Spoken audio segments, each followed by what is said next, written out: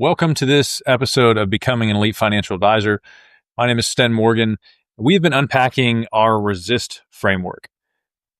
I found there's so many things us as advisors can work on, but how do we stay focused? How do we know what the most important thing is to focus on and actually move that ball forward each week? I think that's how we get great results instead of just getting average results over time.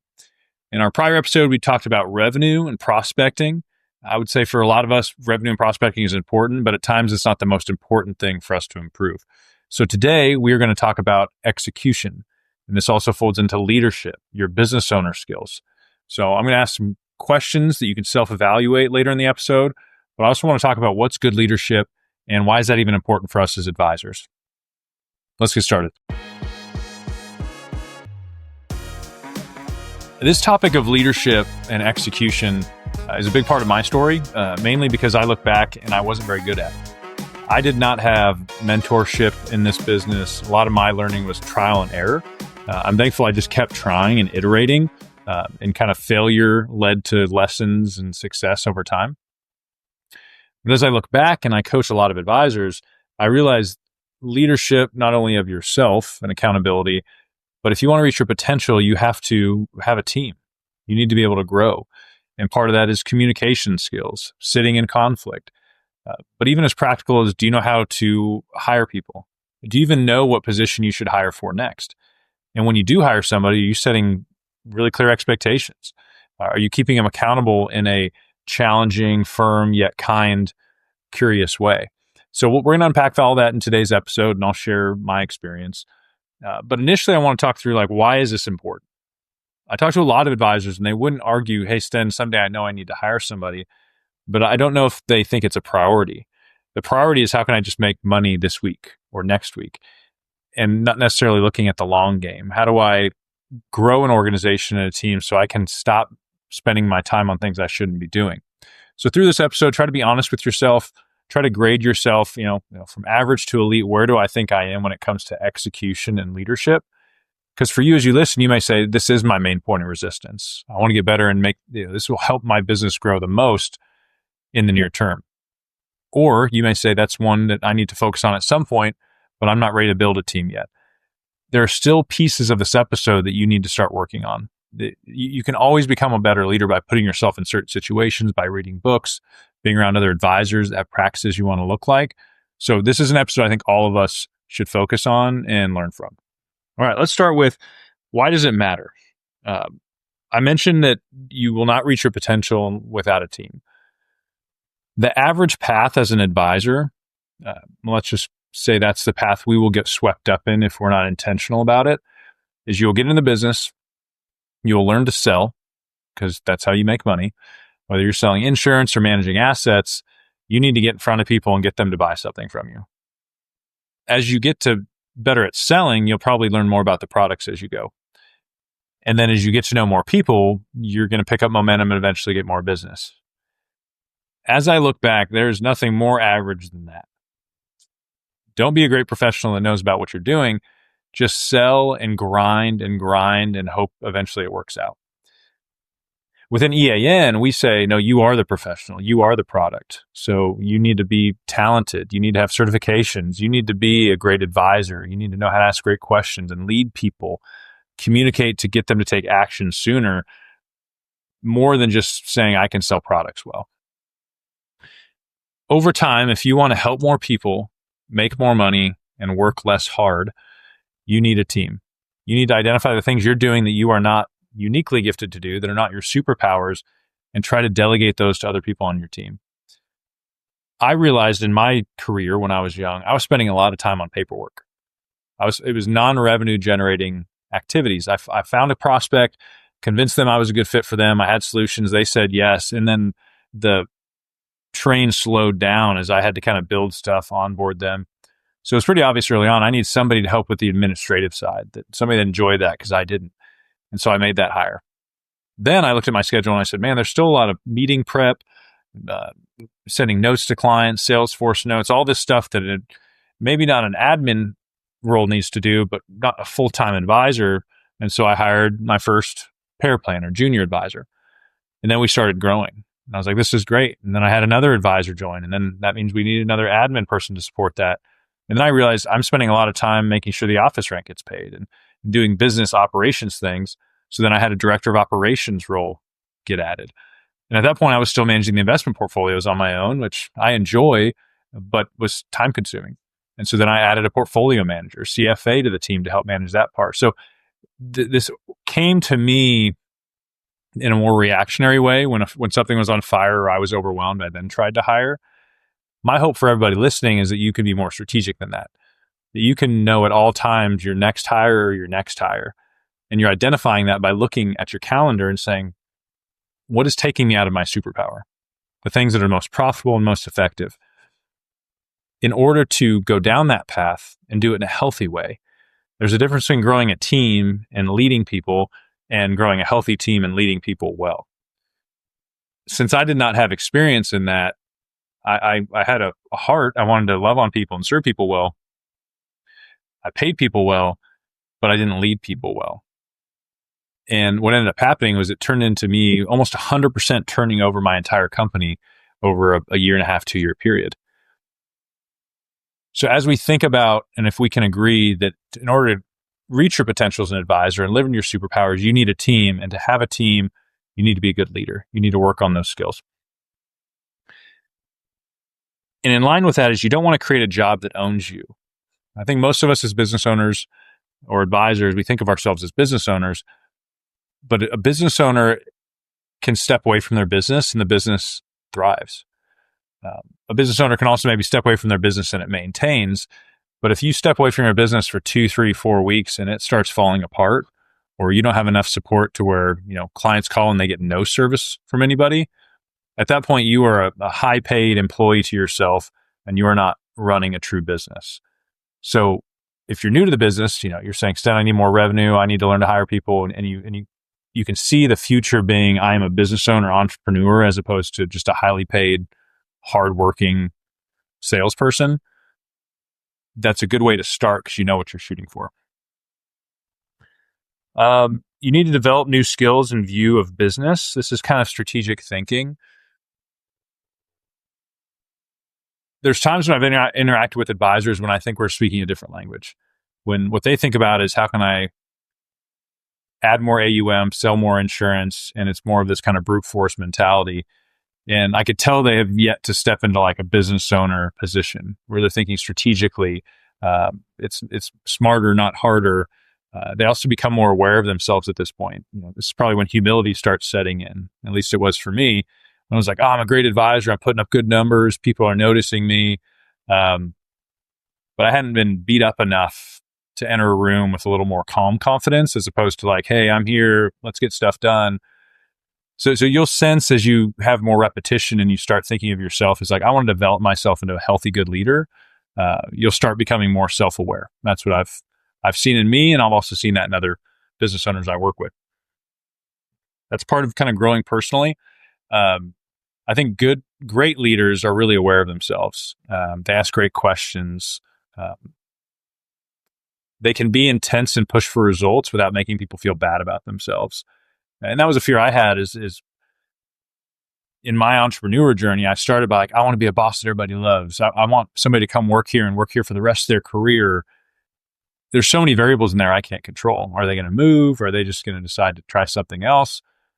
And so I lived in like a constant somewhat fear of if I held somebody accountable, or maybe if I didn't pay them enough for what they thought they should get paid, if they left, that would hurt me a lot because of the workload it would create. And I would take it personally. Well, what did I do wrong? Until I started doing more personal work and I realized there's only certain things within my control. And there's a difference between being a nice leader and being a kind leader. A nice leader lets people kind of do what they want and doesn't give them much structure, doesn't have hard conversations.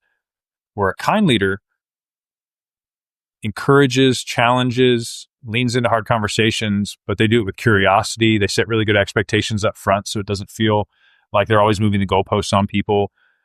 They can sit in difficult conversations and not react emotionally. There's times in my world where somebody being triggered me, and all of a sudden we're just two traumatized, triggered people going back and forth. And more recently, within the last 4 or 5 years, I've had some conversations with friends and even peers in the advisory space where they got really fired up about something. They thought something was happening. They got pretty upset at me, and I was able to kind of sit in it with them and let them kind of calm down. And by the end of it, it's like they just needed to get it out, and they were kind of embarrassed. But I was like, "Hey, it's fine. I've done that too. What question do you really have for me? Like, let's get past all the emotion on the surface and figure out like what's really going on." So I think as a good leader, that's one element, is that if you lean into this and start getting good reps, it will grow you whether you like it or not. But the hope is that you don't resist it as much, that you're open to minded to growing. Part of growing is recognizing, oh, the way I've been doing it's not good. It could be better. I'm not going to shame myself, but if there's a area of improvement that can benefit me and those around me, I'm open minded to it. I think there's an element of lifting up others. A good leader, it's not a scarcity mentality. It's the idea of, I want to elevate other people. And if I do that well, all ships can rise at the same time. And then I think there's some care for your clients. To grow a team helps your clients know there's more to this business than just Sten or you as your advisor if you're a solo advisor. What would happen if something happened to you to all of your clients' financial plans? I don't think I'm so important that if they lost me, their financial future is doomed, but there would definitely be some disruption. Them having to find another advisor, as an advisor that they can trust. So what are you doing as a business owner to care for your people, care for yourself, but also set up a healthy business that is not solely reliant on you? One piece I want to mention real quick, I think there's a lot of nuance and soft skills to leadership and improving that and improving yourself. But one piece when it comes to being a good business owner and leader that I've been challenged on in the last few years is data. Are you making business decisions based on data points, or are you doing it based on feeling? Yeah, and a lot of times for advisors I meet, they do strategic planning in October and November. They set some metric goals, some AUM goals, and then they just go to work. And then they look at it the next November and they just hope it worked out. I've had to shift my companies to where we have monthly scorecard meetings where we're looking at key metrics because I want to know on the fly, are the things we're doing actually yielding the results we want? So if you're listening and you do not have a scorecard, get one soon. And it can be simple. For an advisor, you could say, what are my expenses? What's my revenue for the month? You may also say, I'm going to track new AUM. One thing we track is net new AUM, meaning if we get new assets in, we have monthly distributions going out. What is our net new contribution to our book of business each month? Maybe you track financial planning fees. One thing we track is our A, B, and C level clients. I want to know, like, are the A level and B level growing, or is only C level growing? Well, maybe we need to make a different move if the segment we want to grow is not growing. Data is king. You can project off of it. You can make faster decisions off of it. If you're in our community, this is something we really push on. And if you don't have a scorecard, reach out to us and we can help you get one. Because a good business owner knows their data well. All right. So in preparation of kind of unpacking this together, I would say I've had a good amount of experience in business, had a bunch of employees, done things, the wrong way, the right way. Have gotten great feedback from team members. Have gotten criticism from team members if they've exited over the years. Is like, what makes up a good leader, and how can we agree on these things and then focus really on like, what's the area that you can improve upon the most? Let's celebrate if some of these come to you natural. That's great. But there's a level of intentionality around leadership to say, I tend to fall short in that. For myself, I can be pretty direct. I have to tell myself to pause and have kind of social conversations with the team. And part of that is because I think from the early stages, I couldn't afford to have, water cooler talk. I was the person making the money, keeping everybody's jobs. So I got in the mode of like, Sten gets in his office and he just cranks it out and then he goes home because he doesn't want to stay late. He has a family to get home to. But there's an element of like coaching and leadership and knowing your people well that was a weakness of mine that I had to work on. All right. So what are some key traits of good leaders? One is, I think, clarity of vision. I have ideas, and in the past, when I share my ideas with too many people on the team, the feedback I've received is we're always changing who we are. to me, I'm just brainstorming out loud. But if I overshare too quickly, I've realized that I'm not giving clarity. That clarity is a gift to team members when we feel like we're rowing in the same direction. That doesn't mean I can't get in the conference room on my own and get on the whiteboard and have a bunch of ideas. And I keep a separate list of like, hey, potential new ideas in the future. And I let those bake for a little bit. And then maybe, 1 out of every 10 kind of makes it down to the team. I just had to come up with a better process there that helped me say, hey, here's who we help. Here's how we're going about it. Let's get to work. Empathy and emotional intelligence is another one that came up when I was researching this. I struggle with this because the first thought I have is like, that sounds kind of soft. Does that mean I can't be like an intense leader that pushes for results if I'm empathetic and emotionally intelligent? I've joined a group called Tin Man. So, once a week, a group of us guys jump on a call and we kind of sit and unpack and talk about like, what does it look like to be aware of what you're feeling? I'm a person that I'm good all the time. Like I feel good. I'm blessed to be alive. Like I'm pretty optimistic. But I lack a sense of awareness of like, no, this week is kind of heavy for some reason. Like it feels like things aren't really going my way. I feel betrayed by this person. This client left and I have no idea why. That I think there's a wisdom in just being aware of what's going on and how it's affecting you. But I've also learned that doesn't mean I have to lose my edge. Being a more real person and being aware of yourself actually makes you more relatable, which for team members, connection comes from being real and them knowing you to some degree. So empathy and emotional intelligence was one I had to wrestle with because I didn't really understand what it meant. But the great leaders I've been around have an element of this.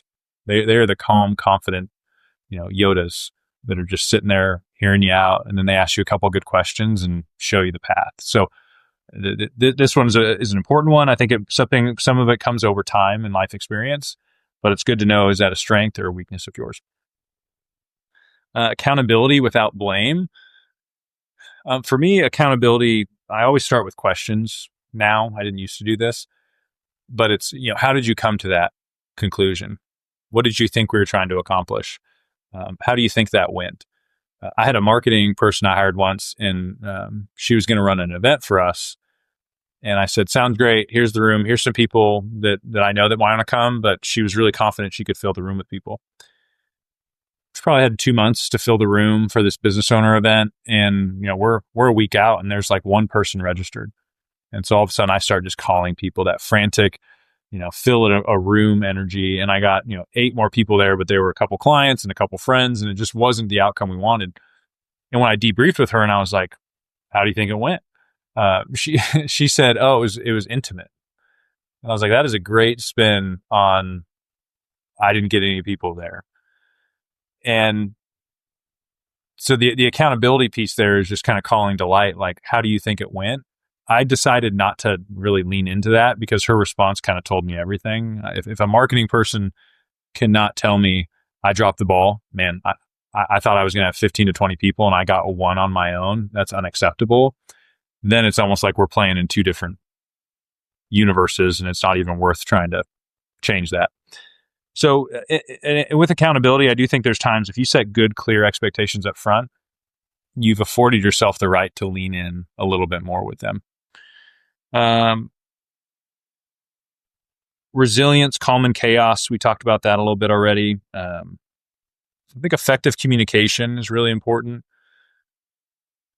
For me, I've found with a lot of times what frustrated people when I've been working with them is when they didn't quite understand what we were trying to accomplish. And part of me hopes that they would ask the right question. But I'm also realizing, okay, I need to say, do you have any questions? Are you clear on this? It's almost taking the onus to say, I'm going to be extra sure that we're on the same page before you start this project. Because as the leader, maybe more of that responsibility falls on me. Great team members are going to come back. There's going to be a feedback loop and they'll ask, but maybe you have somebody that hasn't had guidance like I didn't when I was a young advisor.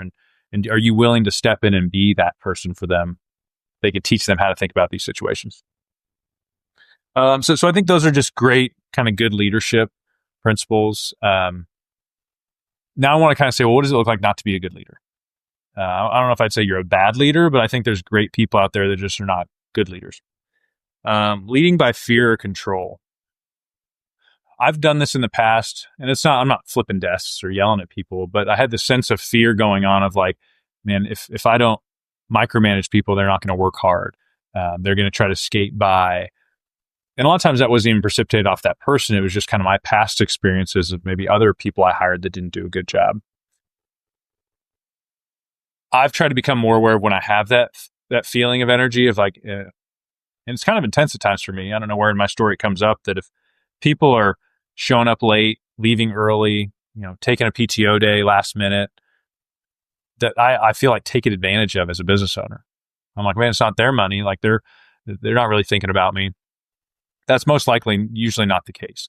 And so I have to sit in that feeling and say like, okay, what conversation needs to be had here?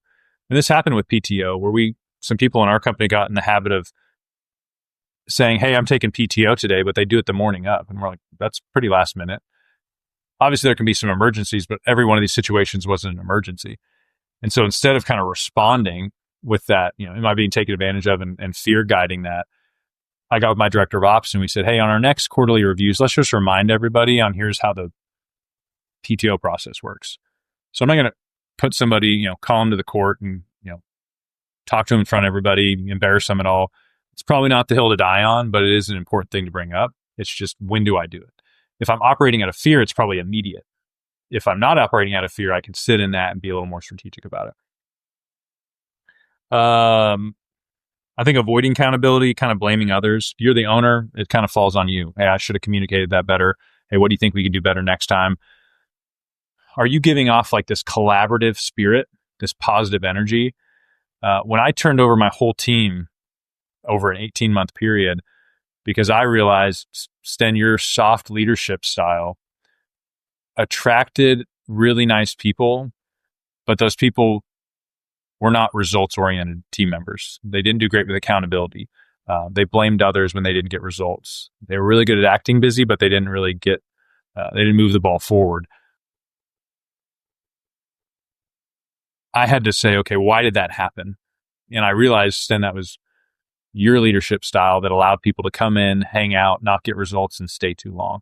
So at the end of the day, that fell on me, and I had to sit with the feeling of like the fact that I had to let those people go and their worlds were disrupted. They had a lot of opportunity to rise up, and I tried to redefine expectations and let them stay, but a lot of that did fall on me at first. Failure to develop others, I think is important. That as a leader and a business owner, there is some amount of ownership on you to help people grow. When I hire young advisors now, at times I'll ask them in one of the interviews, I'll draw a circle on the whiteboard and I'll say, if this is all of the energy needed for you to reach your full potential someday, what percentage of this is your responsibility and what percentage is mine? And then I'll just go quiet. My hope is that it's a majority of them. And in my mind, I've landed on somewhere around 80-20. As the business owner, I will take 20% of the responsibility to guide you, give you reps, be available for you, create a healthy environment. But 80% of that is you. It's if you see something wrong in the firm, bring it to our attention. If there's something you can do better, you should grow. We use the poem a lot, The Man in the Arena. And it resonates so much with me. And the core idea is like, if you're on a team, if you're in a business, are you in the arena back to back with your team members, helping get results? Or are you sitting in the stands pointing and judging? And I've let go of a handful of people over the years that, like, in their exit, they all of a sudden spew a bunch of stuff. Well, you did this, like, you never appreciated me, like all these. I'm just like, that never came up. Like, obviously you're venting, you're emotional now, but if you hold on to something and you're not sharing it, like, people can't read your mind. It's more of a you problem than the leader problem. But you do have to know, did I do what I could to help these people? And so for us, practically, to shift that is, I want to have a really clear 30, 60, 90-day plan. I want people to know, here's the expectation. You can always exceed it. And if you're curious on what it looks like to exceed expectations, I'm happy to have that conversation. But for the first 3 months, here's what a big win would be. In 6 months from now, if you were able to do X, Y, and Z, that would be a big win too. Do not keep it in your head. And I've done this in the past. And all of a sudden I have this kind of air of disappointment and they feel it. because they're not impressing me, but they didn't even really know what it meant to impress me. Part of that is because I didn't have clear expectations and I just worked really hard and tried to win. And part of me wants other people to do that. But as a leader, you can't expect everyone to be you. I don't want to hire a bunch of Stens. That wouldn't work out well. But as a leader, there's a certain requirement, in my opinion, for you to be available and help move people along. So as I wrap it up, as you hear this episode, I hope you're assessing, I have good leadership skills. I just need more experience and reps. I think I'm a good leader at my level, but I know there's going to be different challenges that come. So how can I prepare for that? But here are 5 questions that you can ask yourself to self-assess. First one, do I create clarity for my team, or do I leave them feeling confused? Sometimes you just need to ask. You may think you're being clear. This is the same with the clients we work with, where you may talk about a bunch of financial strategies and have this hour-long meeting. But at times it's helpful to say, but does that make sense? Like, what are you hearing me say is the most important thing for us to focus on to make sure that you guys are on the same page? Next question. Am I building trust through my actions, or am I eroding it with inconsistency and ego? Are you trying to hold people to a standard you don't hold yourself to? Is this, moral behavior that you're doing that people are like, oh, I don't trust that person, they're unpredictable? Is it work ethic? Are you like, everybody needs to work hard, but I'm rarely here? How are you leading? Are you following through and building trust with consistency? Are you showing up when team members need you? Are you aware of the needs in their life? For our team, I'm like, if somebody has a need, I want to know about it, because how can we show up for them and show them that we care? It's not just about what you can give me when you're in this office, but it's a longer, bigger thing than that.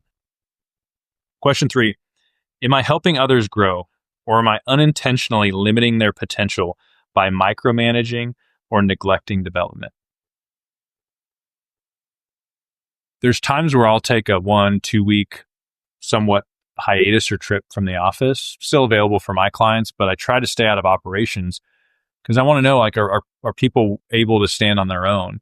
But if I keep micromanaging them, like I did when I was a younger business owner, I'm never really giving them the chance to solve a problem on their own or to feel the pressure of that accountability.